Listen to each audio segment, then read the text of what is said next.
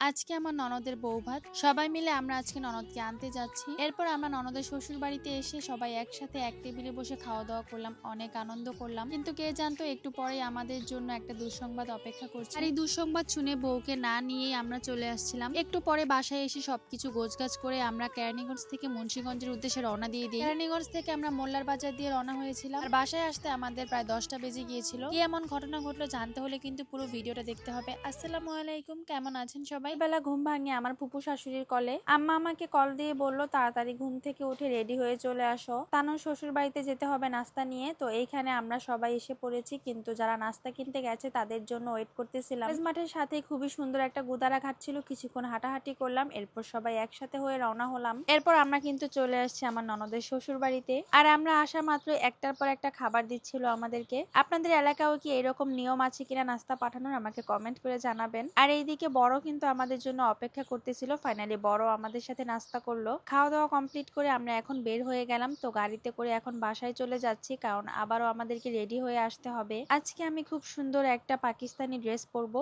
আর এই ড্রেসটি আমি নিয়েছি কুইন ভ্যালি থেকে। পেজটা মেনশন করে দিব, চাইলে আপনারাও নিতে পারবেন। এই পেজে কিন্তু অরিজিনাল পাকিস্তানি কালেকশন গুলো পাবেন, যদিও আমি নিজের টাকা দিয়ে কিনেছি। আমাদের বের হতে হতে আসরের আজান দিয়ে দিল। সিএনজি তে করে আমরা সুইচ গেট থেকে দোলেশ্বর চলে আসলাম। দোলেশ্বর থেকে কে কে আমার ভিডিওটি দেখছেন অবশ্যই আমাকে কমেন্ট করে জানাবেন। এরপর আমরা খাওয়া দাওয়া করার জন্য বসে পড়লাম। আর এইদিকে এত মাছি ছিল, ভাইরে ভাই কি বলবো, আমাদের গ্রামেও এত মাছি নেই, ঢাকা শহরে যে পরিমাণের মাছি দেখলাম। এরপর সবাই একে অপরের সাথে খুবই সুন্দর সময় কাটাচ্ছিল। এইদিকে আমাদের খাবারও চলে আসলো। তো এখন হচ্ছে আমরা সবাই খাবার খেয়ে নিব। প্রথমেই হচ্ছে ফ্রাই নিয়ে নিয়েছি, ফ্রাই দিয়ে পোলাও দিয়ে খাচ্ছিলাম। এরপরে একে একে যা যা আইটেম থাকে সবকিছুই খেয়েছি। তবে একটাই ডিফারেন্স ছিল, আমাদের বিক্রমপুরে হচ্ছে দই করা হয়, তো এখানে হচ্ছে জর্দা করা হয়। আর গরুর মাংসটা তো খুবই ভালো ছিল, তবে আরেকটু নরম হলে ভালো লাগতো আমার কাছে।